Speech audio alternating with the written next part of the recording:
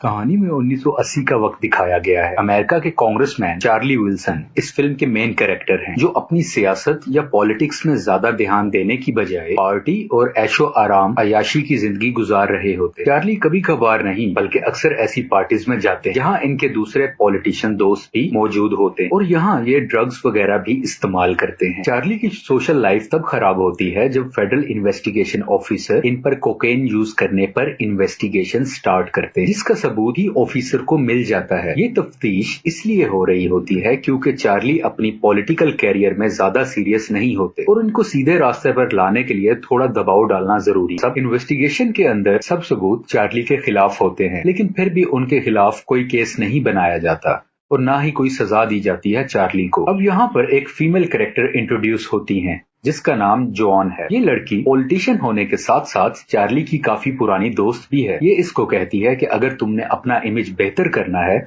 और कुछ बड़ा करना है तो तुम अफगानिस्तान के लोगों के लिए कुछ बढ़ के करो, कुछ स्पेशल करो, क्योंकि अफगानिस्तान पर सोवियत यूनियन ने हमला कर दिया है और वहाँ बहुत से अफगानी मर रहे हैं। इसके अलावा ये चार्ली को कन्विंस कर लेती है कि तुम इस सिलसिले में जाकर पाकिस्तानी आर्मी जनरल और उनके लीडर से मिलो। बेसिकली अमेरिका पाकिस्तान की हेल्प कर रहा होता है हर तरह से, ताकि सोवियत यूनियन को तोड़ा जा सके, वो भी अफगानिस्तान के अंदर जाके, और पाकिस्तान भी अमेरिका की हेल्प कर रहा होता है। अब चार्ली पाकिस्तान आ चुका है और ये यहाँ सीनियर आर्मी लीडरशिप से मिलता है। पाकिस्तान आर्मी बताती है कि आप जो हमें डॉलर्स और वेपन्स दे रहे हैं वो काफी नहीं है, हमें मुजाहिदीन को ट्रेन करना होता है जो आसान काम नहीं है, हमें लेटेस्ट टेक्नोलॉजी बेस्ड असलहा चाहिए और इसके अलावा वॉर एड बढ़ाने की भी बात की जाती है, यानी कि मजीद पैसे भी मांगे जाते हैं क्योंकि जंग का मतलब है बहुत सारा पैसा पानी की तरह बहाना। इसके अलावा जनरल चार्ली को ये भी कहता है कि सोवियत के हमले से सब अफगानी रिफ्यूजीज बहुत बुरी हालत में, आपको जाकर देखना चाहिए, हमें पाकिस्तानी रिफ्यूजीज कैंप को भी बेहतर करना है ताकि वो आने वाले अफगानी लोगों को एक मुनासिब जिंदगी गुजार सके। जनरल कहते हैं कि वो अफगानियों को बेहतर जिंदगी गुजारने के मौके देना चाहते हैं, लेकिन उसके लिए पैसों की बहुत कमी है। चार्ली रिफ्यूजी कैंप में पहुंच गया है और वो यहाँ सब लोगों को देखता है जो बहुत बुरे हालात में जिंदगी से लड़ रहे होते हैं। इसे बहुत अफसोस होता है इनकी ये हालत देखकर और ये इरादा करता है कि मैं इनकी हर हालत में हेल्प करूंगा, चाहे मुझे कुछ भी करना पड़े। चार्ली वापस अमेरिका आ जाता है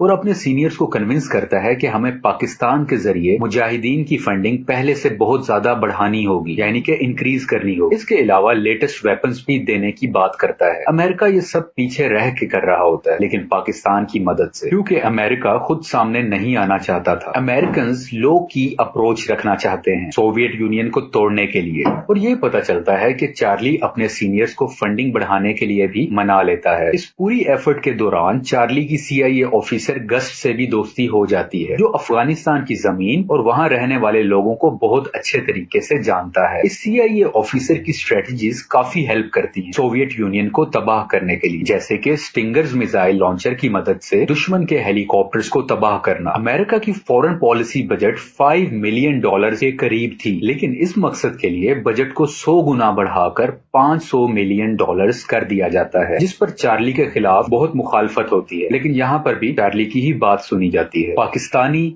अफगानी और CIA अपने पैसों और हथियार को बहुत बेहतर तरीके से इस्तेमाल करते हुए सोवियत यूनियन को बहुत ज्यादा नुकसान पहुंचाते हैं और ये लोग संभल ही नहीं पाते और बिल आखिर सोवियत यूनियन टूट जाता है और रशिया अकेला मुल्क रह जाता है। अब रशिया मजीद सुपर पावर नहीं रहा और अमेरिका सुपर पावर डिक्लेयर हो जाता है। चार्ली और उसका CIA वाला दोस्त अपने सीनियर्स को कहते हैं कि हमें कुछ स्कूल्स भी अफगानिस्तान में बनाने चाहिए। हमने $500 मिलियन स्पेंड किए जंग पर अब हमें कुछ छोटे मिलियन स्कूल बनाने पर स्पेंड करने चाहिए और बच्चों को तालीम देनी चाहिए। अगर ये ना किया तो तालिबान इन बच्चों का ब्रेन वॉश करेंगे, जो कि हमारे लिए खतरा बनेगा, क्योंकि अफगानिस्तान की 40% यंग पॉपुलेशन है और अगर इस यंग पॉपुलेशन को अपने साथ ना किया गया तो अमेरिका के लिए फ्यूचर में बहुत खतरा है। और फिर कुछ स्कूल भी बनाने की अप्रूवल हो जाती है। फिल्म के एंड पर चार्ली की गवर्नमेंट और आर्मी की तरफ से तारीफ होती है और उसे अवार्ड दिए जाते हैं, क्योंकि ये सब चार्ली ने बहुत कामयाबी से अपने मुल्क अमेरिका के लिए सीक्रेटली सर्व किया होता है। चार्ली और उसके दोस्तों की प्लानिंग की ही वजह से अमेरिका को कामयाबी मिली होती है और इसीलिए शायद इस मूवी का नाम है चार्ली विल्सन्स वॉर।